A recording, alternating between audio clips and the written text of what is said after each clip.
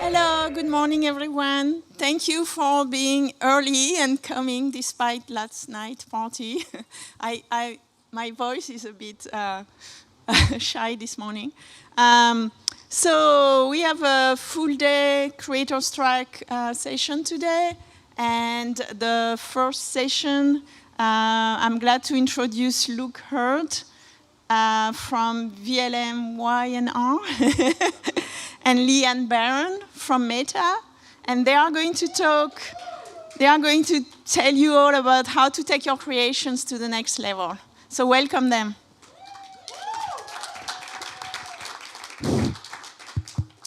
Greetings. Hello, everybody. Before we get started, first, thanks for coming. I know it's early, and you guys probably went to the after party yesterday, so if you're a little fuzzy, I appreciate you coming and hanging out with us this morning. Before we get started, really, by a show of hands, can I see how many people consider themselves as creators or part of the creative process in augmented reality? Wow. You don't have to be a programmer, just saying, how do you support it? Yeah. That's great. Can we get the deck up rolling? That's great, by the way. We are also creators in this space, and one of the reasons that we are so passionate about what we do is that we are always coming at it from the mindset of how people build these, how people experience them, and what kind of pains it might be to be part of this process. So the first thing I want to do really is just kind of get a gut check and just say, how many people here are the creators? We got a pretty good idea of that. One of the things that we are really trying to focus on today is how to take these kind of creations that we do and pump them up to make them really, really spectacular. So I'm going to pass it off to Lianne here and have her introduce herself. Yes, thanks again, like Luke said, for coming out today. It's a little bit early. I am Lianne Baron. I am on the AR partnerships team at Meta. And I would say I'm kind of a self-professed creative connector. And I have the privilege of being able to speak with a ton of creators in this community. I come from that space, as Luke mentioned. I am a creator too. And that gives me the opportunity to really understand what it is that drives and motivates creators. But because I'm at Meta, our superpower there on the partnerships team is to be able to offer amazing next level partnerships with brands and different folks in industry. And so I've had the luxury of doing different activations. We had a great partnership with Samsung last summer where we brought our creators to the stage, a 3-story TV, where they're able to share their stories and also have their faces in the middle of Times Square. Additionally, cool. Yeah, it was something else. But as well, other partnerships and creators in residence, names like the NBA. We had another opportunity at the beginning of 2022 where Doja Cat's team came to me and said, hey, we're launching this thing with Girls Who Code, and they're doing this video for women. Can you do an effect for that? And I thought, one better, why don't we do something where we actually teach these girls who code how to do it themselves? And born out of that was a program. Very, very passion point for me to be able to support these cohorts of girls now a year later and 5 partnerships later with big names on that RCA label such as Lotto, Pink. We also did one for the Chadwick Boseman Foundation. Excuse me, and we closed it out at Coachella this year with Becky G, an incredible performer, and that was led by mentor Nadia Temez, who is from Synergy Studio. She's here with us today, and she was there to be able to support and mentor those girls. So these kinds of partnerships that are really significant, I feel very honored to be able to do that at Meta. But besides that, we actually have the opportunity to be in community and meet incredible people like Luke. And our journey started a little while ago, but I'll let you talk to yours. So if you don't know who I am, my name is Luke Hurd. I do all the curriculum instruction for Spark AR. I also put together the certification test, so if you get certified, you'll probably see my face talking to you at some point. I also work with Meta Foresight too, so if you pull insights about AR, they probably will somehow come from me or my work that I've done. And in addition to that, I work at an agency called VML Y&R, which is basically alphabet soup. It's owned by a very large holding company called WPP, and I work on a lot of brands. I probably worked on about 80 different brands last year. doing everything from Windyverse on Horizon Worlds to Dick's Sporting Goods in Roblox. Good luck figuring out how to get Dick's Sporting Goods in Roblox, because that's a kids forward thing, so if you kind of think about the name there. But we made it happen. And also Microsoft, Colgate, P&G, you name it. So pretty much every little NASCAR logo over here I worked on over the past 8 months in some sort of capacity for immersive work. In addition to that, I also do a lot of AR strategy, design, and development for National Geographic. So what that means is that these are more narrative-driven experiences and trying to really not just educate people, but also delight them and get them into the experience. They're a great partner to work with, but I really just kind of want to hit on, I really like this partnership here because it's narrative-driven, which is really kind of what the key to all of this is. I mean, looking at Luke's body of work and what he has the opportunity to work on, there's so much diversity in the kinds of conversations that you're having, the brands that you're working with. And I wonder how, looking back on all of that, how do you think that everything you've done to this point prepared you for what we did at Coachella 2022?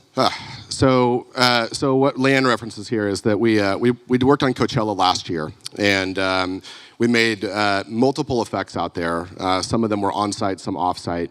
And really trying to understand that first year was trying to bring the brand voice in. So you have a lot of stakeholders in these things. You have Coachella, who wants to pull their brand voice in. You have creative directors who want to put their voice in. You have AR creators who want to put their voice in.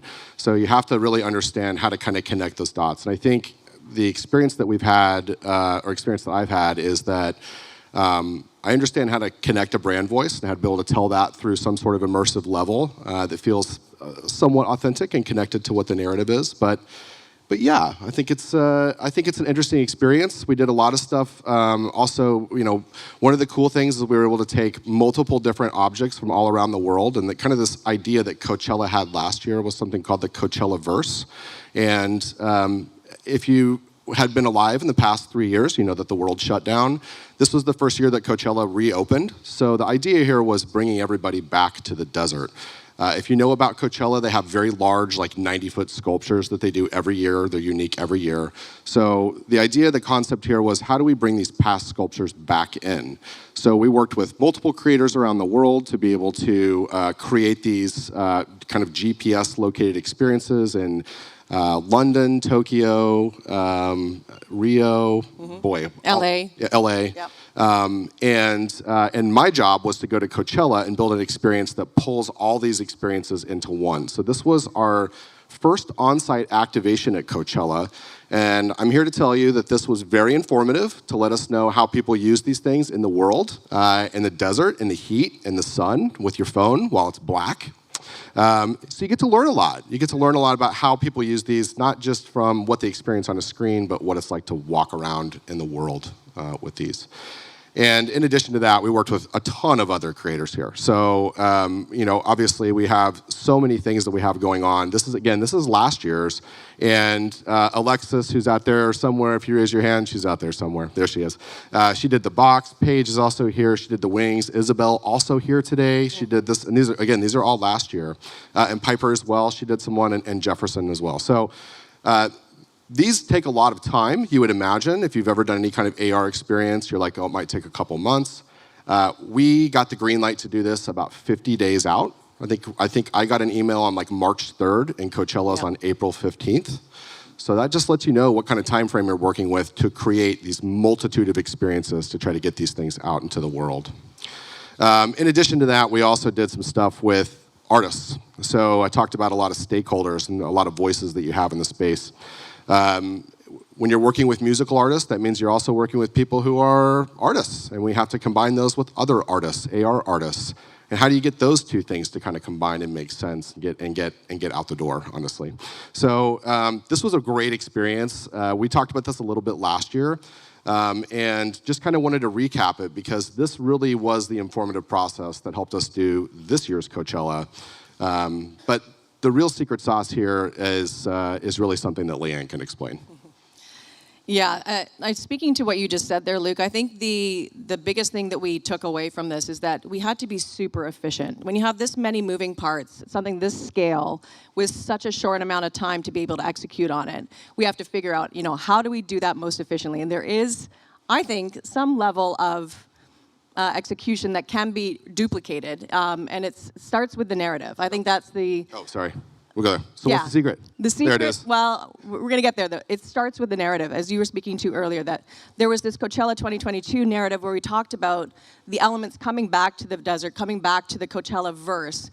And so if you're going to come back and do something for a second year, you don't want to just kind of leave that last part hanging. You want to have a continuation of the conversation. So we spent a fair amount of time with the Coachella team figuring it out.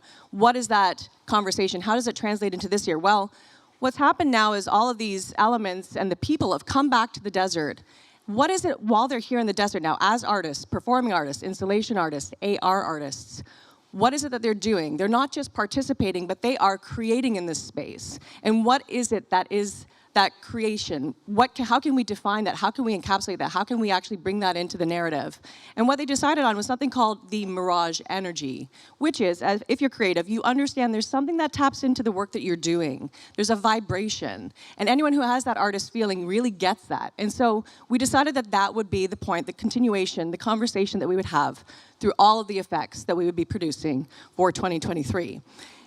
Once you have a narrative, the great thing about that is regardless of who the artist is that's coming in, where they're coming from, what it is that you're working on, you're always going to be able to refer back to that point. As things are kind of going sideways, and people are throwing out ideas, and as capabilities are coming up, and all of these great points of ideation can lead you astray and minimize the efficiency that you so desperately need when there's very, very little time to execute. Very little time. Very little time. So it's always like, okay, how does this align back to the energy, right? Even if you come out from different backgrounds with very different points of expertise, you can always have that narrative thread in there by including elements of the mirage energy. And that's what we did through all of the experiences. Yep.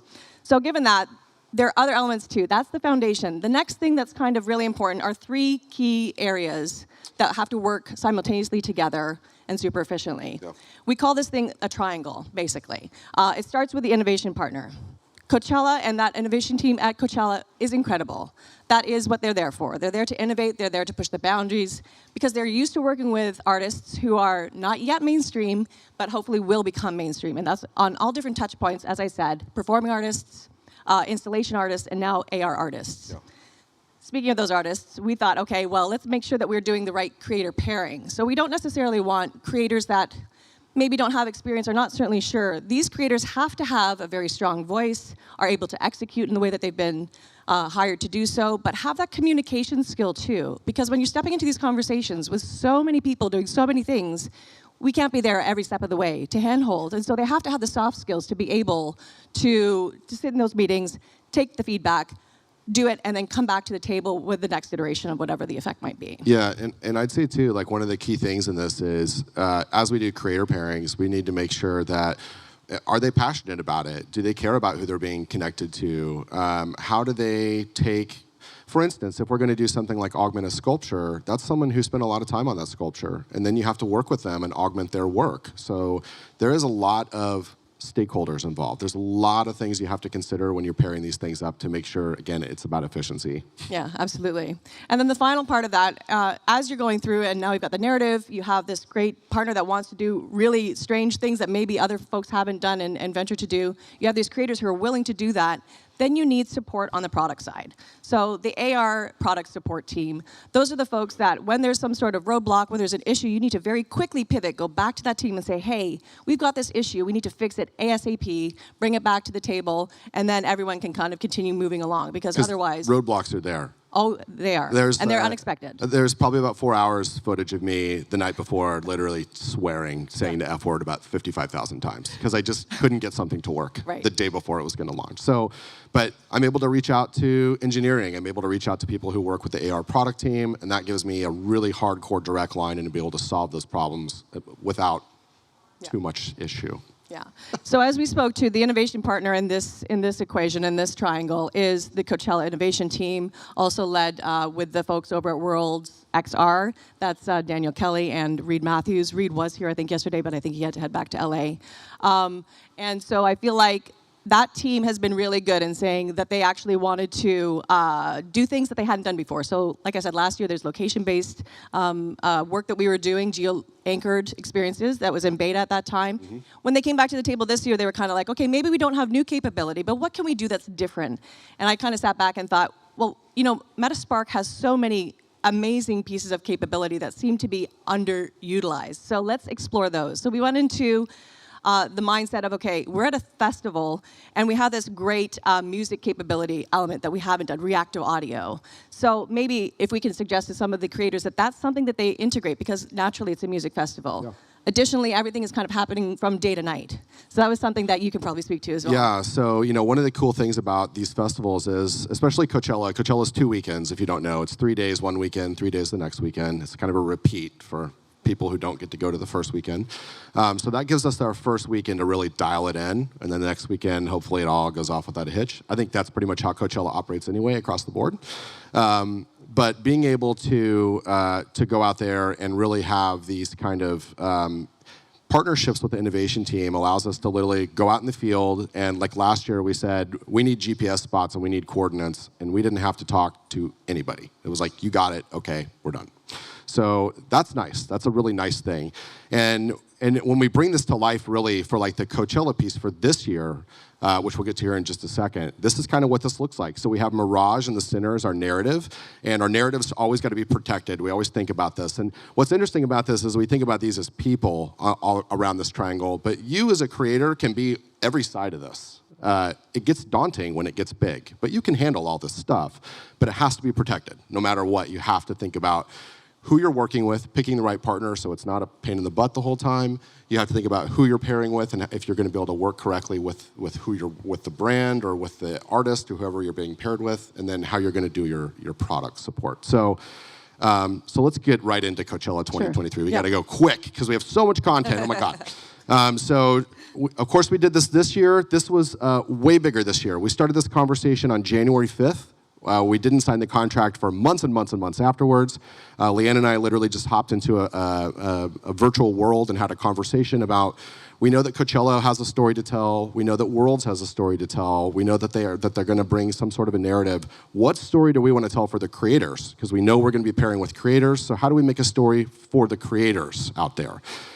So our thought process there was, we don't have new capabilities, so let's just lean into partnerships and collaboration. How can we start tying people together and really showing that you can have people who are amazing shaders working with people who are amazing 3D modelers and that kind of a thing.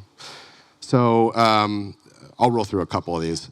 So Dennis, if you guys know who Dennis Rossiv is, he worked with Olga, Visualize Me, and they did this amazing portal box. So every year, everybody gets their bracelets in a box like this. This portal is a work of art, I can tell you. I've actually seen the code for how this works, and it's like really mind-blowing of how he actually got this to work properly. They do this every year, but it's always just kind of stepping up. It always steps up to the next thing, and Dennis was an amazing person to bring on for that. Last year, I mentioned we had 1 on-site activation. This year, we had 5 on-site activations. We augmented every single large sculpture on the field. We didn't augment any sculptures last year. This year, we were able to do all of them because we had that experience from last year, which means we know how hot it is. We know what the cell phone connection's like. We know how dusty it can be, how much time people are going to spend doing this, how they're going to discover them.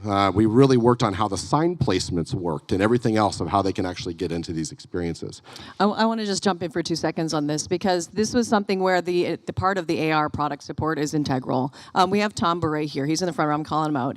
He is the absolute mastermind that was able to make this work and execute in a way that was beautiful and seamless and added that beautiful layer of AR to these installations, which really hasn't been done before. So I just wanted to shout out to Tom. Yeah, and everybody's work up here is amazing. Beth is here. She did this first one working with Maggie West. Helen is here. She did this other one here with Holoflux. This one's amazing. I'll show you another one here a little bit later. And Christian and Charlie did the ones too in the middle. Being able to pair these with the right creators is how this works. I mean, if we were to swap these all around, it would be a much different experience. Yeah.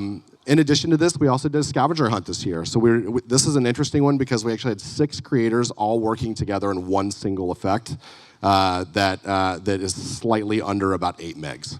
So the idea here is that you're collecting desert flowers around Coachella, and so we contacted artists like amazing Heather Dunaway-Smith, sitting right there, to do things like this first one here, the blue one that's out there. And these flowers all use audio reactivity. They all use the microphone to be able to pull in the audio from the festival to react.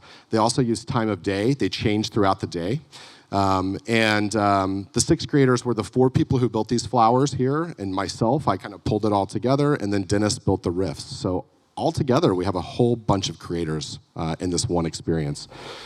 We also upped the game with the musical collaborations. So we did musical collaborations with Blackpink. Matthew did amazing work on this. And he's a huge fan of Blackpink and reached out literally way before and said, hey, if this is a chance for you to work with this artist, let me know. So when this popped up, it was like, this is the right creator to select for this.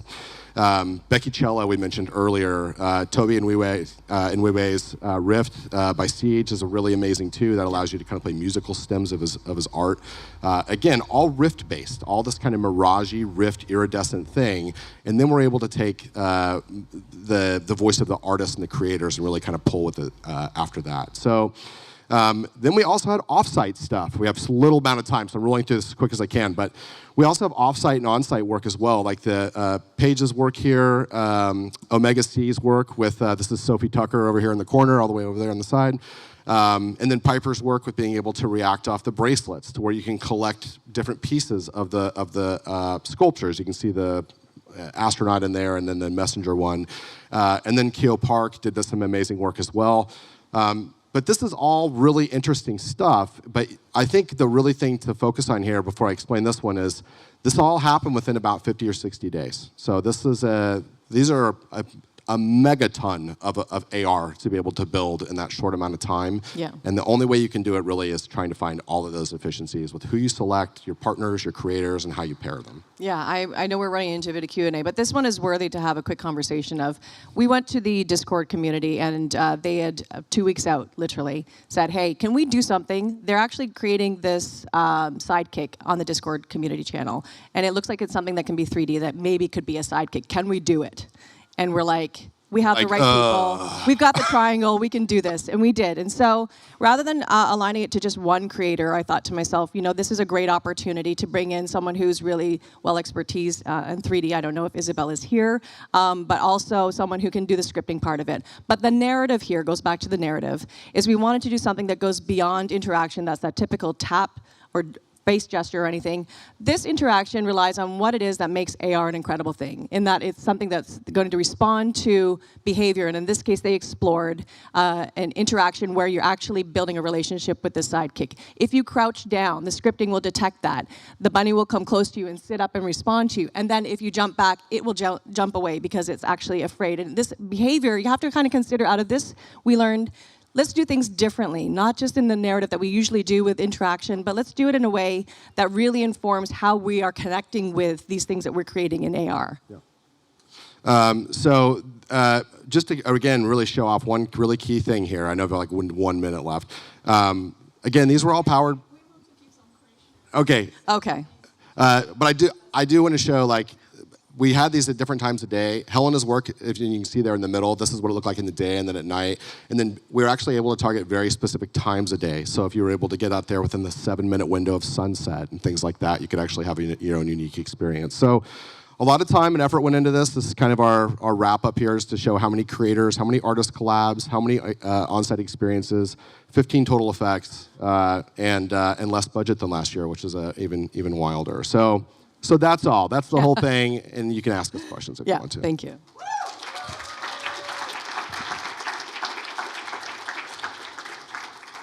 Thank you so much. Awesome talk.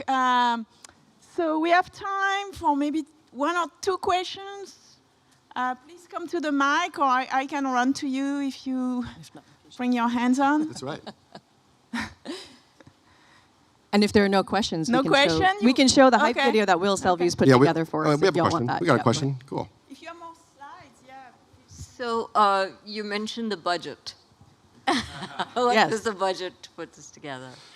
Are you asking the number? Yeah. That is something I prefer not to talk about, simply because there's a lot of conversation. There's no context around it.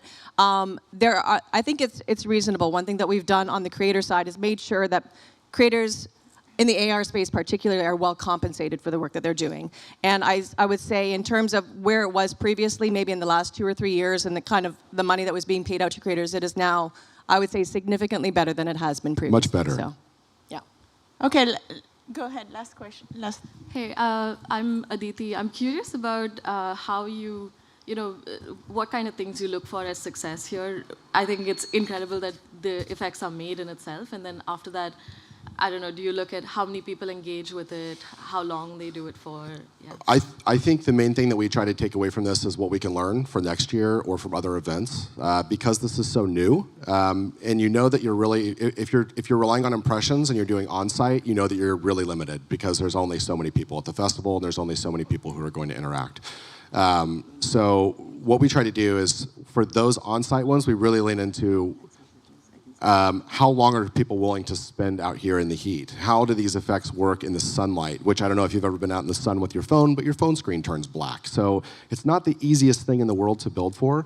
And then we try to think about things like cell phone connection and things like that. So last year we did GPS spots, which uses cell phone triangulation, and they would drift when there'd be too many people there. But at nighttime, everything was okay, and it would work. So we would just kind of take those findings and put it back in, but I think that is our measure of success, is really just seeing, like, one, how many stories we can tell with it, and also what we can do with it next time.